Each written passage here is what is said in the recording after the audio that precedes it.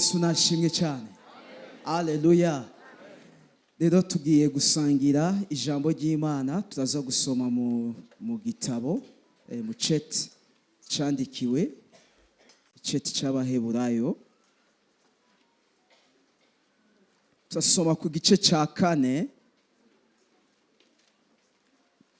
igice cya 4 kuva ku murongo wa 14 gushika ku murongo wa 16.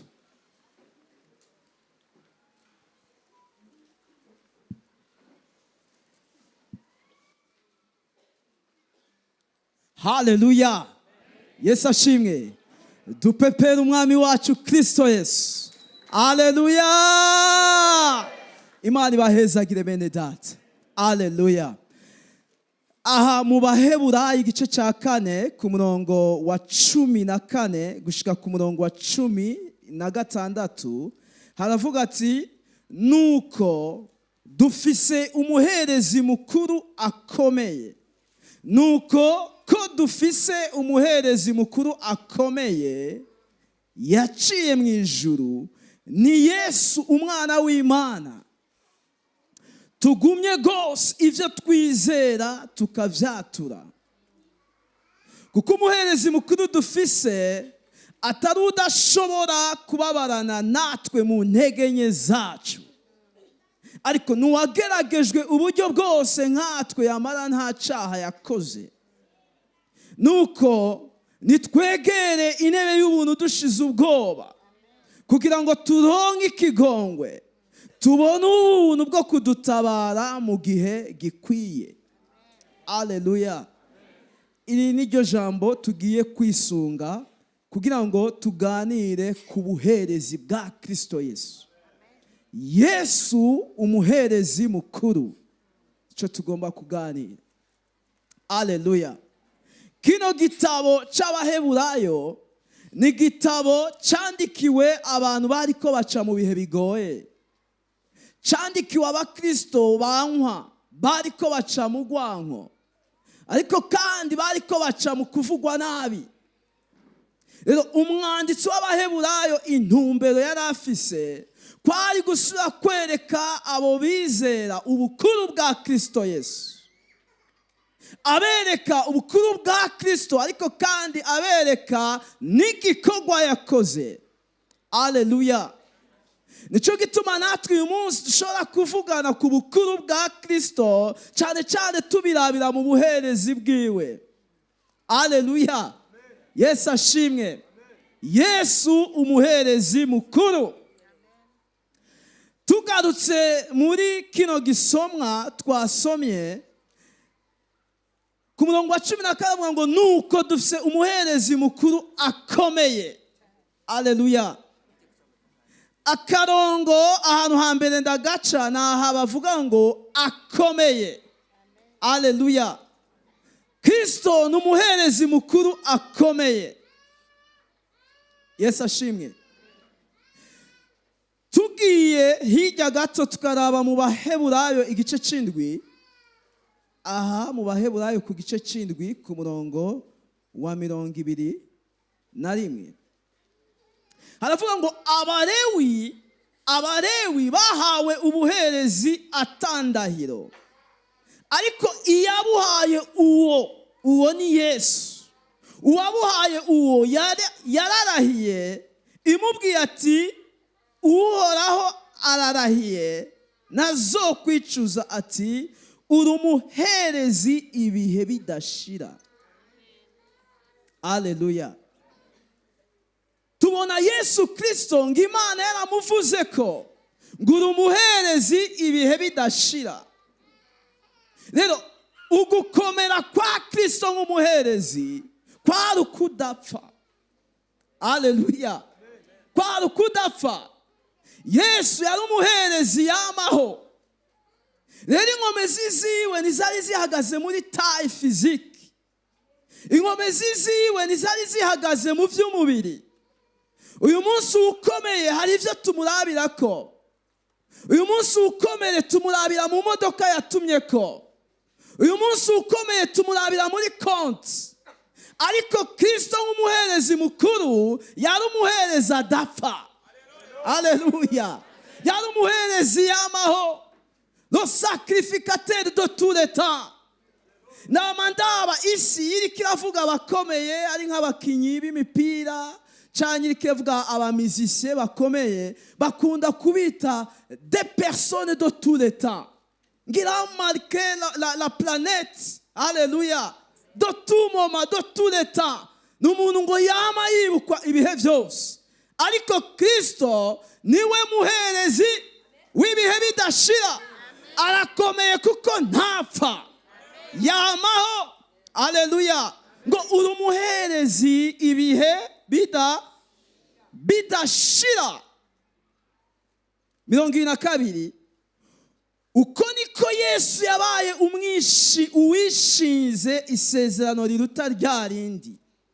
Kandi babandi babaye abaherezi benshi kuko urupfu rubabuza kwamaho.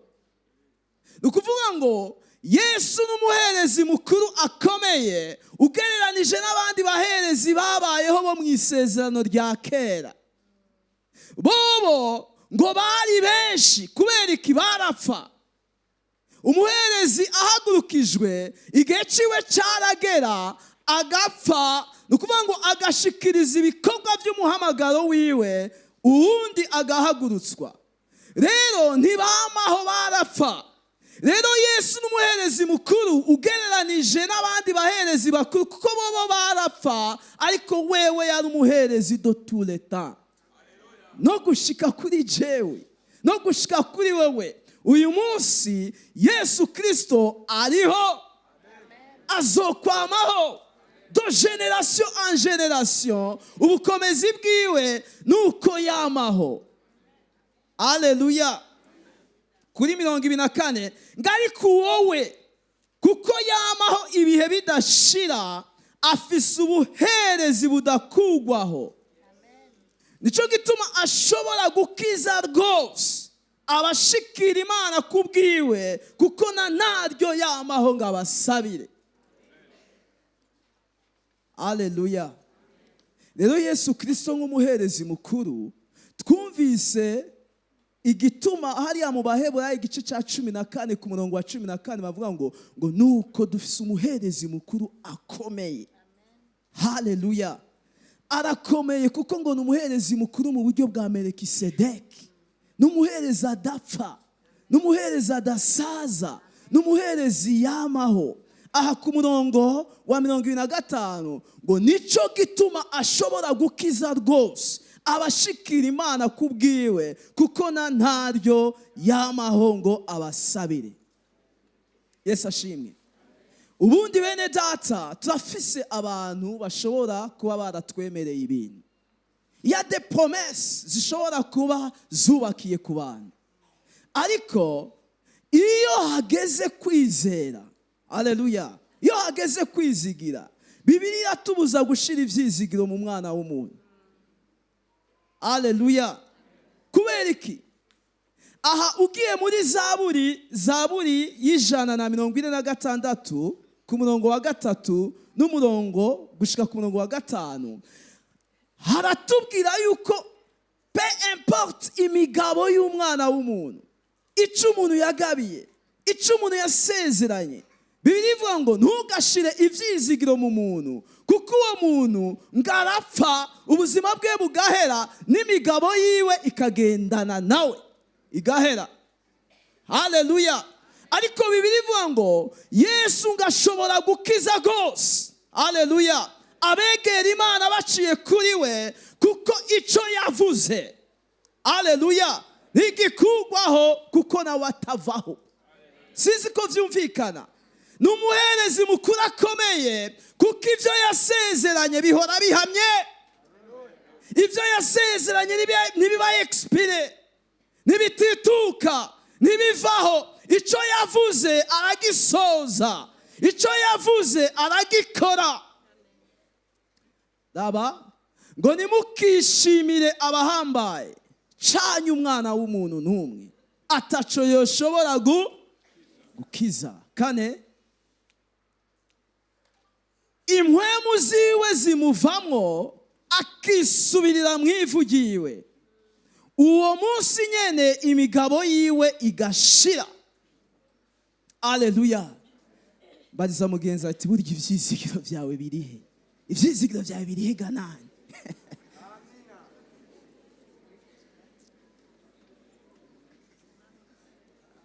Yesu ashimwe. Dukwiye kuraba hari ivyizigiro vyacu bene data. Aleluya. Ubundi Yesu uguhoraho kwiwe gufatanye nuko atanahindagurika. Nahinduka. Ubuherezi bw'isezerano kera bwarahinduka. Aleluya. Ngo uko bihinduka niko bahindura ingene babona. Haje umuherezi naka byarabahindurira ingene babona. Haje undi muherezi bikabahindurira ingene babona bivanye n'ingene ameze. Ariko Yesu Kristo uko yarari kera n'uyu munsi ni kari kandi azokwama ari wa wundi. Pas de déception.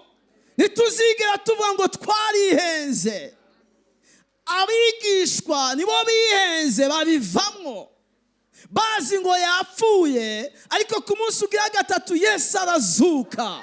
Arabiyereka bagarukana ivyizigiro muri bo kuko basuye gutahura ko yari yarababwiye ko azozuka. Bagarukana ivyizigiro. Aleluya.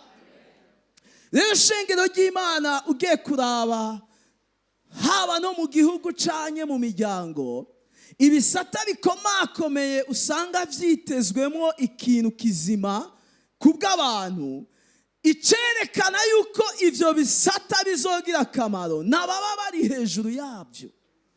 Ugiye kuraba mu gihugu nk'ibisata bikomakomeye, ibisata vy'ubutungane, ibisata vy'ubuganga, ibisata vy'ubutunzi, ibisata bimwe bimwe, mbega ni gute vyoba ari bizanira ivyizigiro canke vyoba ari vyitezwe ko ibikomeye ntibikunda igihe hejuru hari abantu bahobahoba. Haleluya. Natwe uyu munsi, haleluya, inkomezi zacu zihagaze mu wo twizeye. Haleluya. Inkomezi zacu ntizihagaze mu mahera twinjiza. Inkomezi zacu ntizihagaze mu mamatera turarako. Urara ku matera ikomeye ukabura itiro, uryamye ku ikarata agasinzira karota. Ibya bikarato kumbure hari abatabizi. Haleluya. Ariko ico shaka kuvuga, ivyizigiro vyawe bibe mu mwami wacu Yesu Kristo. Haleluya. Burya inkomezi zawe mwene data nk'uwizera zihagaze aho ufashe. Nimba mfashe iki cuma biroroshe ko nzoguma naho hoza amazi, ariko nimba mfashe ivyatsi biragenda nkajanwa n'ibinjana, ariko aho ufashe niho herekana ko ukomeye.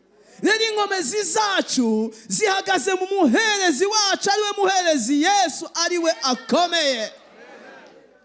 Ntihagire ikiguhenda mwene data. Uyu munsi cyo wokwirata n'igihe wosuzuma ugasanga ufise ivyizigiro muri Yesu, ugasanga wishimiye Yesu. Ivya hano birahinduka, ivya hano biravaho, ariko uyu Yesu biratubwiye ati ntumuherezi yamaho, n'umuherezi w'ibihe bidashira. Ikindi twocaka karongo muri uno murongo ngo nuko dufise umuherezi mukuru akomeye yaciye mu ijuru. Aleluya. Iri jambo yaciye mu ijuru ni rishaka kwerekana ubuherezi bwa kera n'ubuherezi bw'isezerano rishasha. Ubuherezi bw'isezerano rishasha aha ugiye aha mu gice c'icenda,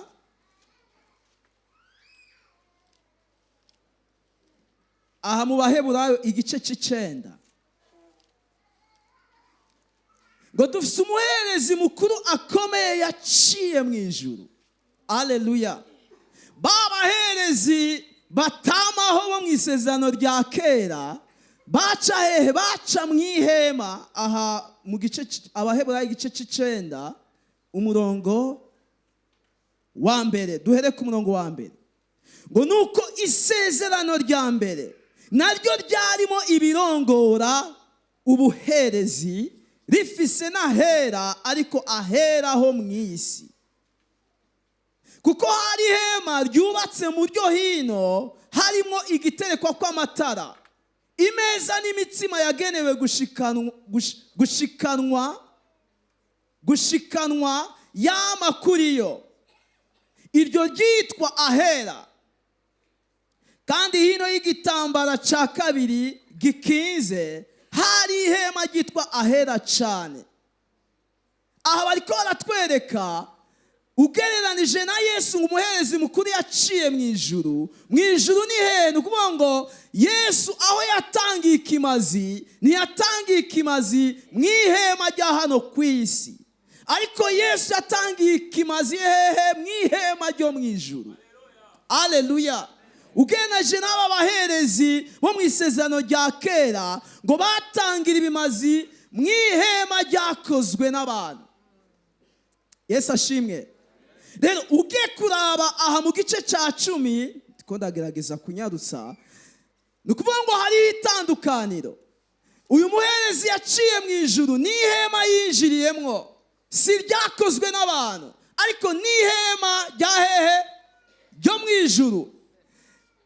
Ugereranije n'abaherezi batanze ibimazi mu ihema rya hano ku isi, ngo ibimazi batanga ngo byari bifise ikimazi gike, byari bifise inkomezi nke ku gushobora gukiza umwana w'umuntu.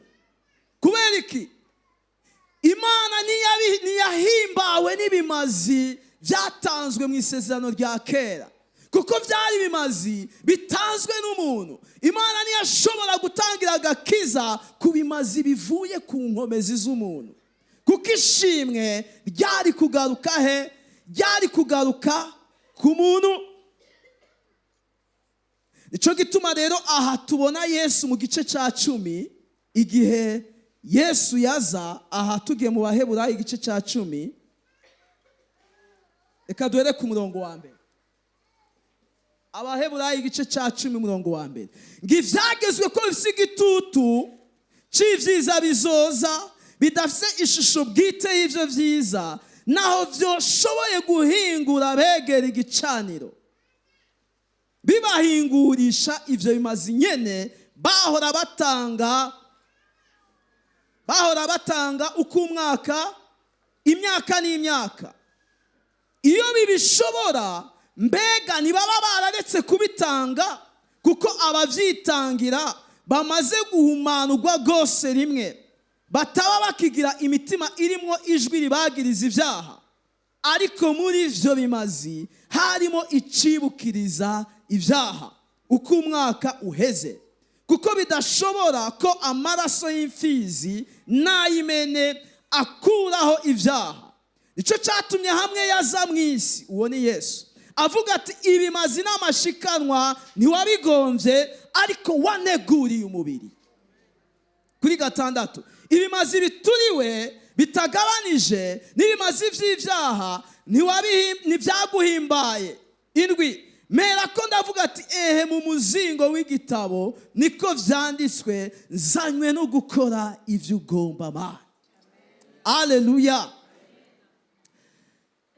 Sinzi ko bitahuritse, ariko Bibiliya ivuga ngo dufise umuherezi mukuru yaciye mu ijuru. Aleluya. Abaherezi bakuru mu isezerano rya kera baserukira abantu. Igihe ufise ishimwe, igihe ufise ivyaha, igihe hari icyo ukeneye kwiyadresa ku Mana, wazana ibimazi vyawe, kuko contact, ni ukuvuga ngo imigenderanire y'abantu n'Imana mu isezerano rya kera yaca ku gicaniro biciye ku bimazi bazanye.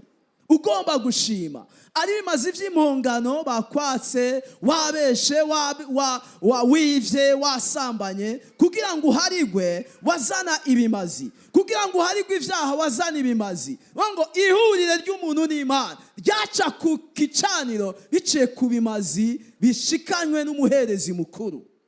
Bibiliya rero ivuga ngo ibi bimazi bashikana kugira ngo bababarigwe, ibi ngo ntivyashobora guhingura umuntu. Kubera iki? ngo muri bo naho babitanga ku mwaka ngo harimo icibukiriza ibyaha n'ibyabashikana ku gutungana. Nicyo gituma aha Bibiliya ivuga ngo Yesu avuga ngo ibyo bimazi byose ntiwabinezererewe, ariko wanteguriye umubiri kugira ngo nze gukora ibyo ugomba. Ikimazi cya Yesu ni kimazi Imana yonyine yatanze, nticyavuye ku muntu ngo umuntu abe ari we azoshigwa hejuru.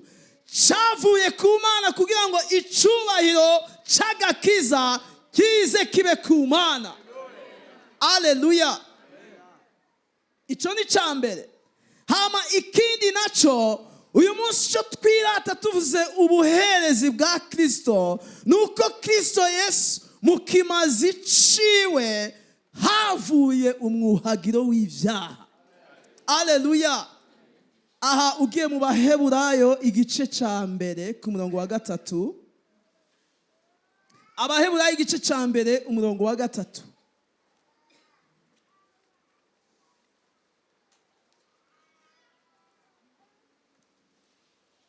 Uwo kuko ari ugukayangana k'ubwiza bwayo. Uyu ni Yesu Kristo n'ishusho y'akameremere kayo, kandi ashigikiza byose ijambo ry'ubushobozi bwiwe, ahejeje gushiraho umwuhagiro w'ibyaha. Rero Yesu nk'umuherezi mukuru, aleluya, turamunezererwa, turamuhimbaza, kuko mu gikorwa yakoze havuyemo umwuhagiro w'ibyaha. Nubwo uyu munsi turabidegembya shengero ry'Imana. Haleluya. Turabidegembya.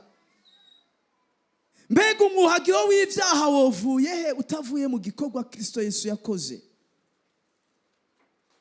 Bya byizigiro bizima tuvuga n'ahandi biva mu mwuhagiro w'ibyaha. Yesu ashimwe. Biva mu mwuhagiro w'ibyaha. Kimwe mu bintu bikomeye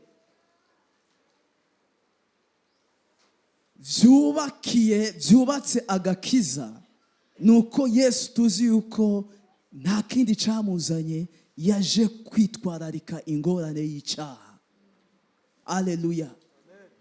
Iyo uri kuriyumvira agakiza, iyo uri kuravuga ngo urakijijwe, sinzi icyo wiyumvira, ariko ibice byinshi ku ijana by'icyo Kristo Yesu yakoze byari bishingiye ku gukugwaho kw'icyaha. Rero c'est une fierté, kuko Yesu yaduhinduriye amateka. Aleluya. Icyatwishe muri kahise, twishwe n'icyaha. Nta kindi cyatwononye, nta kindi cyatumye duhenebera tugatakaza ibyizigiro, nuko twari munsi y'ububasha bw'icyaha. Aleluya. Twari munsi y'ububasha bw'icyaha, icyaha cyari cyaradukuye k'agaciro, icyaha cyari cyatumye dutakaza icyizere. Ariko uyu munsi ngo Yesu Kristo ngo niwe yazanye umwuhagiro w'ibyaha. Rero Kristo tuvuze ngo Yesu umuherezi mukuru, icyambere ni umuherezi mukuru ko dusi ibyizigiro mu udapfa, ariko ikindi ni umuherezi mukuru ko niwe yashoboye kuzana umwuhagiro w'ibyaha.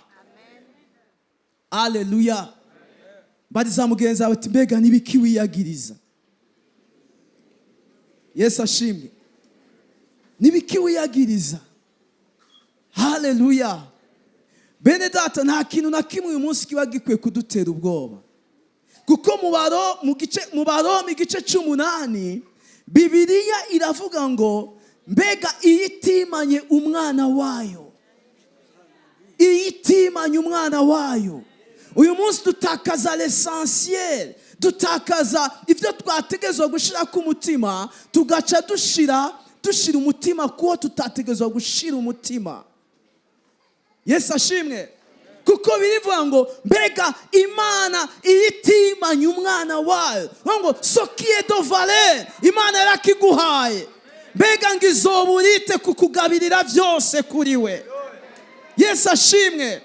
Icyari kizimvye kwari ugutanga umwana w'Imana w'ikinege kugira ngo apfe, si kugira ngo akubitwe, si kugira ngo asonze, gutanga umwana wawe w'ikinege kugira ngo apfe. Uyu munsi wowe Imana kubwira ati tanga uriya mwana wawe, woca uvuga ati by'agakiza reka bivemwo mbandanye, nawe ibyo gutanga abantu bivemwo. Ariko ngo Imana yatanze ic'agaciro, ntihagire igisura kukuriza mwene data, nta gikwiye kutunyaga ishimwe, nta kintu cyotuma tutanezerwa. N'igiki gituma utokwigurira ifana igihe ugeze kuri kioske. Abantu babanira amahera gushika aho biyimana ifana. None ayo mahera nayiki? Gura Coca, gura Sprite, ubwira Imana ati Mana uko bisa kose wewe wamaye umwana wawe, wewe wamaye Yesu Kristo. Ibisigaye ce sont des choses banales, ni ibintu bito. Ko wamaye icy'agaciro, wamaye umwana wawe kugira ngo mbe icondi, wamaye umwana wawe kugira ngo uwe agaciro, wamaye umwana wawe ngo mpinduke mu byiyumviro, wamaye umwana wawe ngo mbone kure, wamaye umwana wawe ngo nshikame nkomere. Mbega uzoba urute kungabirira byose kuri we. Cyo gituma umuririmbyi yavuze ngo nta gituma cyo kwiganyira, nta n'impamvu yo kurira. Haleluya. Kuko umwuhagiro w'ivyaha cyari kigoye, vyakusa urupfu rw'umwana w'Imana. Rero Yesu ni umuherezi mukuru akomeye, muri we turakomeye kuko niwe dufashe. Ikigira kabiri, nta bwoba kuko yaduhaye umwuhagiro w'ivyaha. Dukomere uwo mwami wacu amashi menshi. Haleluya. Haleluya.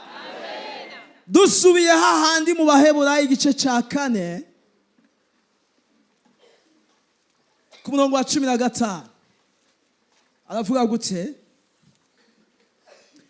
ngo kuko umuherezi dufise atari udashobora kubabarana natwe mu ntege nke zacu, ariko n'uwageragejwe uburyo bwose nkatwe, yamara we nta cyaha yakoze. Haleluya. Rero iyo tuvuze ngo Yesu n'umuherezi mukuru w'ibihe bidashira, ibi birimo n'ingena twakompanya, ingena duherekeza mu ntege nke zacu.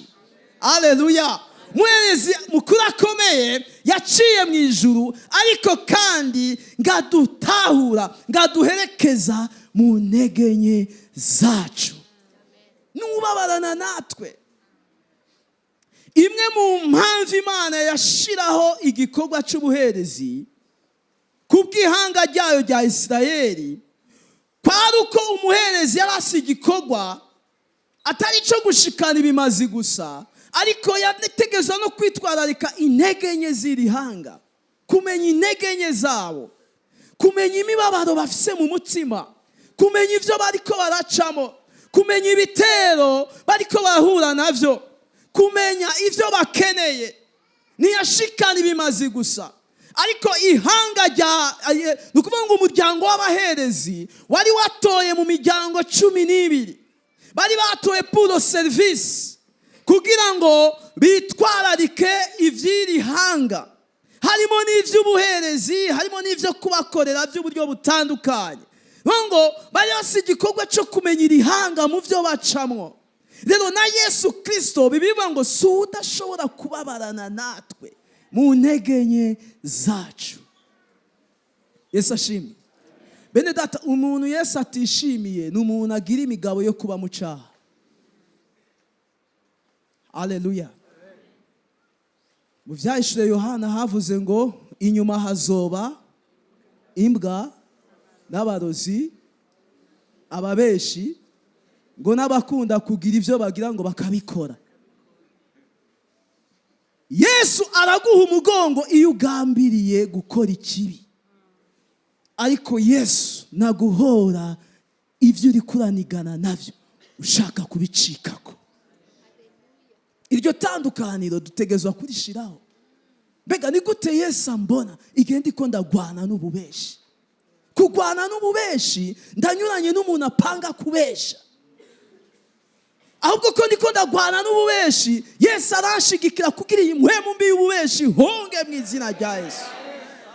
Nico gituma Bibiliya ivuga ngo Yesu ngababarana natwe mu ntege nke zacu, ngarazi ibyo ducamwo. Dufise umuherezi mukuru ngo nawe yababaye yageragejwe, yaciye mu mibabaro, yaciye mu gutukwa, yaciye mu guhangayika, yaciye mu gusonza, yaciye mu gukubitwa gushikaho yambara ubusa, yabaye imiriye, yasuzuguwe. Harabaza mbega umwana w'Imana yosuzugurwa? Wewe umwana w'Imana birashika ugasuzugurwa. Rero ikibazo gihari, Bibiliya ivuga ngo Yesu ngo nawe yarageragejwe uburyo bwose nkatwe, yamara nta cyaha yakoze. Aho bihagaze naha, igituma Yesu abana natwe mu ntege nke zacu nuko azi ko atabanye natwe mu ntege nke zacu bamwe baca babivamo, baca batagakiza, baca bisubirira hariya kurya amapera y'amibano, baca bisubira kwaha imyembe y'abandi, baca biha kwiha ibitari byabo, baca basubira mu kaboregwe, baca basubira mu busambanyi, baca basubira mu bidahesha Imana icubahiro. Ariko iyi Imana iratuba hafi kuko nayo yarageragejwe, ariko ngo nta cyaha yakoze. Bene data, icyo ukwiye kwirinda ni ukwirinda icyaha. Aleluya. Ubundi Yesu nk'umuherezi mukuru si udufasha kugira ngo ntihagire ikibazo na kimwe ducamo, aho turahihendera. Hari abasubira inyuma kubera bavuga ngo narizi ko ibibazo birangiye, none ibibazo ahubwo bibaye byinshi, ndahevye nisubiriye hehe hahandi. Ariko ukwiye gutahura iki kintu, umuherezi mukuru ari we Yesu si uza gukora ibishoboka byose kugira ngo ntubure, ntusonze, ntufatwe nabi, si uza kugupriva kubabara, ahubwo ni utuma wubaha Imana mu mibabaro, ni utuma ushima Imana mu bikomeye, ni utuma urondera Imana igihe vyanse, ni utuma urondera ukwera igihe uri kuragwanywa n'ibikuri kuracamwo. Nikaba karyo ko kwiyanduza, nikaba karyo ko gucafuza igikorwa c'Imana muri wewe, n'ibikuri kuracamo nikaba karyo ko gusubira inyuma. Umuherezi mukuru si ugukingira ngo ntihagire ibikugora, ahubwo ni ugukomeza mu bikomeye, ni ukuzigama mu bigeragezo, ni ukwambika inkomezi igihe haje ibikomeye kugira ngo urengane. Aleluya, haleluya. Twitega Imana no kukanyuma. Bene data, Imana twizeye ni Imana iza kuri karabaye na nyuma ya zero, nta nyuma ya zero irakora. Izera Imana ni nyuma ya zero. Haleluya. Ntuvuge ngo hasigaye umunota umwe ngo bibe, reka nkore icyaha nta kundi kuko hasigaye umunota. Oya, reka umunota uhere, batangure guharurira muri mwenze, bagushire muri mwe, wemere ube muri mwe. Hakuja kwiba, reka iryo deni rigwire, reka amafaranga yarwaye y'ideni agwire. Je narigeze kwemera aragwira, agera ku miliyoni 3. Barambwira ati kugira twemere kuzoya ari haja muri tribunal. Ndajayo nsanga quartier yose ni hiri. Ati cyubahiro kirahetse. None ni mubizi muri tribunal, l'audience est publique. Alléluia. Hajugiye mu gihosha haba hari urubanza rwa mbere gushika ku rwa 10. Wewe nimba baguhamagaye ubwa mbere umenye ko n'ababandi 9 basigaye ntibabasohora, niho bari. Ati uheranye miliyoni zingahe? 3. Tinone uraheranye miliyoni 3 kunzu. Tisha uri muri bucket byarashitse. Uzo yari hajyanye ni mu mamezi 2. Amezi 2. Haleluya. Ariko na nyuma ya zeri irakora bene. Haleluya. rero reka uje muri mwe. Haleluya. Na nyuma ya zero dufise Imana izura ivyapfuye, dufise Imana yita ibitariho, n'Imana ivuga bikaba, iragera bikaguma, nishirirwaho urubibe, nishirirwaho akarimi, nisigwa n'ibihe, nirengerwa n'abantu, n'Imana nyamana. Haleluya. Rero wihanganire ibigerageza, wihanganire kubura, wihanganire imibabaro, ugere aho wubahisha Imana, ntugere aho ukora icyaha, kuko ngo uyu Yesu ntiyabivuyemwo, nta n'icyaha yakoze. kubera iki we wabivuyemwo? Reka kubivamwo. Umugore agukoroze, reka kubivamwo. Umugabo agukoroze, reka kubivamwo. Erega warubatse muri umwe, reka kubivamwo. Turi mu isezerano, Yesu n'umwizigirwa, azi ko turi muri alliance. Ntaduheba kubera intege nke zacu, aratwakompanya puruvike tutagwa mu vyaha. Tumwitege. Haleluya. Ku murongo wa 16 avuga ngo nuko nitwegera intebe y'ubuntu dushize ubwoba, kugira ngo turonke ikigongwe, tubone ubuntu bwo kudutabara mu gihe gikwiye. Haleluya. Rero Yesu nk'umuherezi mukuru aduha ubushobozi bwo kwegera Imana. N'umuherezi mukuru akomeye yaciye mu ijuru, adutahura mu ntege nke zacu, kuko nawe yageragejwe nta cyaha yakoze. Ariko ikigira kane ni uduha ububasha bwo kwegera Imana. Approchez-vous du trône de grâce. Egera intebe y'Imana. Egera intebe y'Imana. Mu isezerano rya kera ibibazo by'ihanga byashikanwa imbere y'Imana, muri presence y'Imana n'umuherezi mukuru. Haleluya. Ariko uyu munsi Bibiliya itubwiye ngo kubw'umuherezi mukuru twegera intebe y'ubuntu dushize ubwoba, kugira ngo turonke ikigongwe, tubone ubuntu bwo kudutabara mu gihe gikwiye. Bene data, ntukarondere pastori ngo abe ari wakwinjirira, nturondere mwene data ngo abe ari wakwinjirira. En premier lieu, injira mu masengesho, injira muri presence y'Imana, injira mu bwiza bw'Imana. Haleluya. Injira.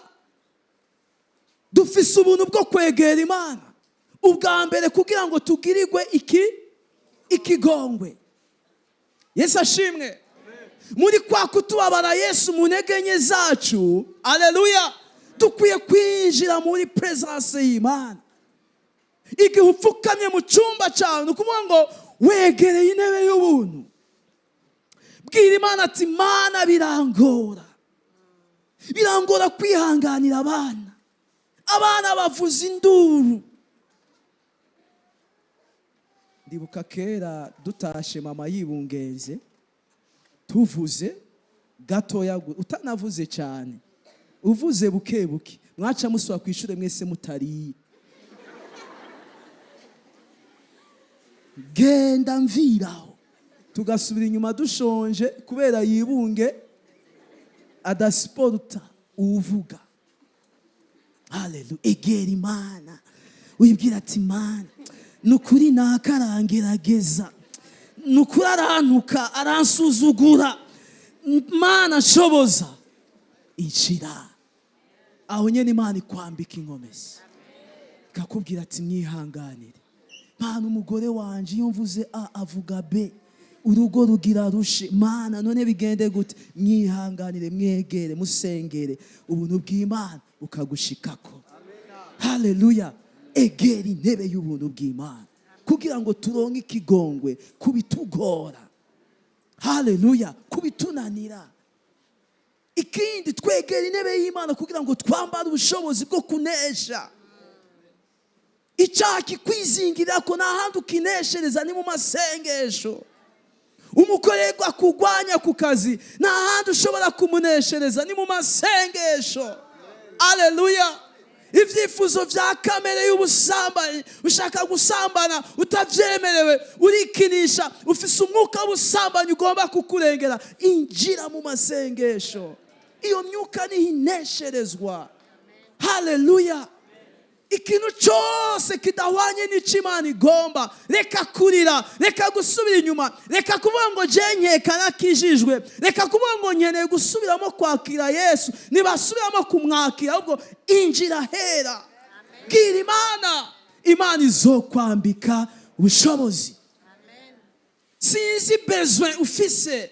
Kumbure hari ibibazo by'amahera, hari ibibazo by'intege nke, ikibazo cyose ufise, tie dalomank, urakora ntibiza, urakora bigahomba, ibyo uri kurakora byose, dufise Imana, yegere, yibwira ingene bimeze, izogutabara. Twegere intebe y'ubuntu, dushize ubwoba, dushize amanga, kugira ngo le pardon ishishikare kwiyakomplisa ku buzima bwacu, kugira ngo Imana ishishikare kudutabara dans nos besoins. Dukomere umwami wacu amashyi.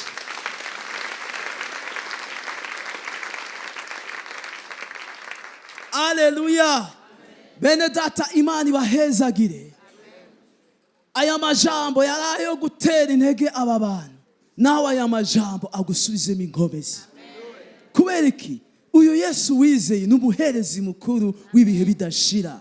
Niwamwumirako ntuzopfa, uzobaho, ntuzokogwa n'isoni, ntapfa, ntasaza, ntaja mu ntege nke, ahora ari muzima ibihe byose.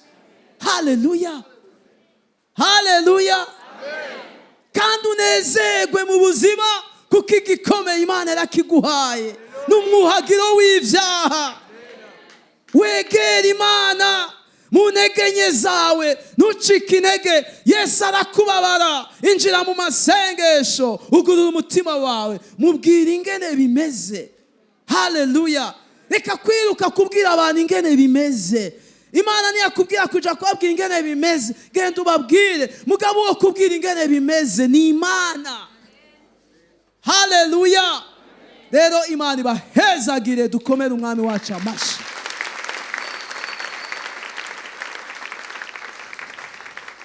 Abaririmbyi barashaka kuza kugira badufashe. Namanangara wonye sangurengeyo ko kandi ijwi ryawe, kandi ijwi ryawe rindutira. Reka uvyaguruke mwene data, uduze ibiganza vyawe.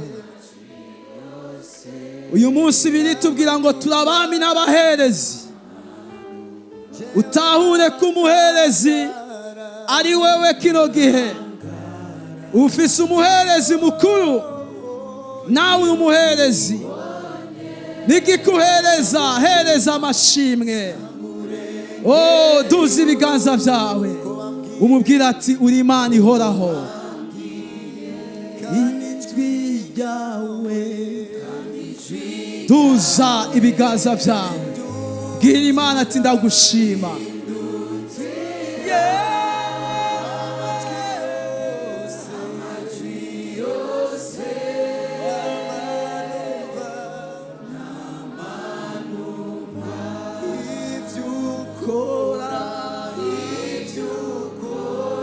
Nigiki kiguteye ubwoba? Nigiki kiguca intege? Nigiki cyagusubije inyuma? Nigiki cyagukuyemo akanovera k'ivy'impwemu? Nigiki cyatumye utimba? Nigiki kiguteye ubwoba? Nigiki kiguhagaritse umutima? Nigiki cyagutwaye ibyizigiro bizima? Ariko aragendagenda. Ugurura umutima wawe, mwereke aho byankiye, mwereke intege nke zawe, mwereke aho ugomba akagufasha. Oh, ibyo ukora, yabasaya,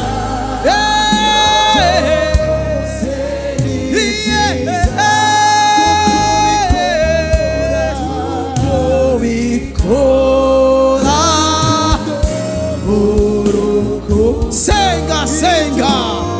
ereka Imana umutima wawe, ereka Imana ibyiyumviro byawe, ereka Imana umubiri wawe, ereka Imana ibyawe, yizigire.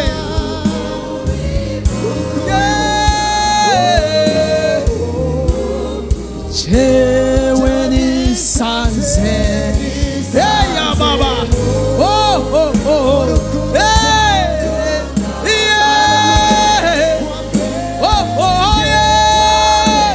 gendera ubwoko bwawe, gendera uyarushe, gendera uyaremerewe, gendera uyari yarasubiye inyuma, gendera uyacitse intege, gendera uyumye muri we yumva atabuzima.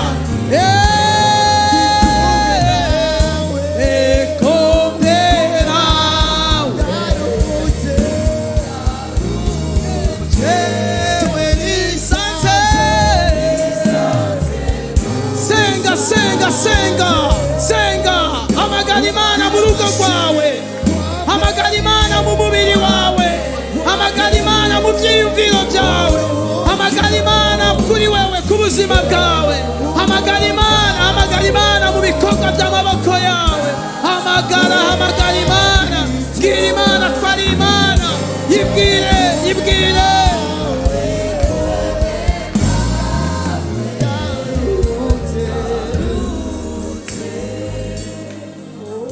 Niki kiguteye ubwoba? Na yahe makuru ufise? Nibiki wumvise mwinondwi? Niriye tangazo waronse mwinondwi? Nibiki vyakubaye ko mwinondwi? Dufise umuherezi mukuru, ni Yesu Kristo umwizigirwa. Reka dukomera amashi menshi.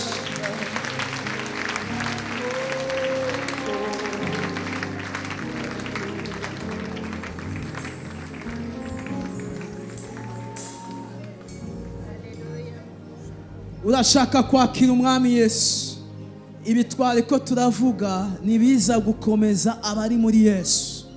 Uragomba kuba muri Yesu, uragomba kumwizera. Ngwino hano imbere tugufashe.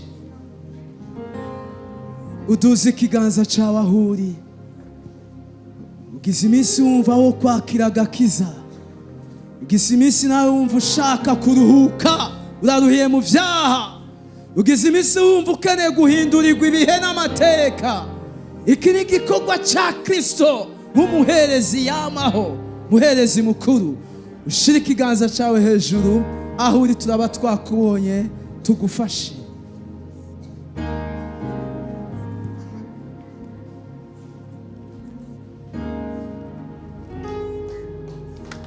Haleluya. Karibu ngaha imbere, karibu mwene data, ntugire ubwoba, ingo tugufashe. Uwakiriye umwami Yesu ahindurirwa amateka, ibya kera biba bivuyeho, haba haje ubuzima muri mpwemu, ubuzima bushasha. N'undi wese va mu kibanza, ntugire ubwoba, wakiriye umwami Yesu. Iyi tariki ibyawe birahindurwa mw'uwo mwami. Haleluya. Reka rero twese dufashe uyu muntu aho uri, umusengere, tumufashe yakira umwami Yesu. Reka uvuga ati mwami Yesu, subiremo ati mwami Yesu, ndakwizeye ko wapfuye ugahambwa ukazuka kubera ibyaha byanje. None uyu munsi ndavyihanye, ndabihaye umugongo. Umbere umwami, umbere umukiza, uganze umutima wanje. Ndakira umwuhagiro w'ivyaha, ndakira imbabazi, ndakira agakiza. Ufuta izina ryanje mu gitabo c'urupfu, ryandikwe mu gitabo c'ubugingo. Unyuzuze mpwemu yera kubw'urugendo ntanguye. Amen. Imana iguhezagire. Haleluya. Urakoze. Ashaka gusura mu kibanza. Imana iguhezagire. Turashaka kuvyaguruka tugasenga turangiza, twitegura guhava tuja ku meza y'umwami. Kadusenge. mwami Yesu wakoze kubw'ijambo waduhaye, ijambo ryo kudusubizamo inkomezi, ijambo ryo kudusubizamo ibyizigiro. Ni imbuto itabora, uhezagira abaryakiriye. O Mana, rigira ubushobozi, rizana ubugingo, rizana inkomezi, rizana ibyizigiro, rizane kumaramaza, rizane haleluya ugushikama, rizane kwihangana, rizane kuremeshwa mu mwanya. Urakoze, ni mu izina ryawe ryera Yesu senze dushima. Amen.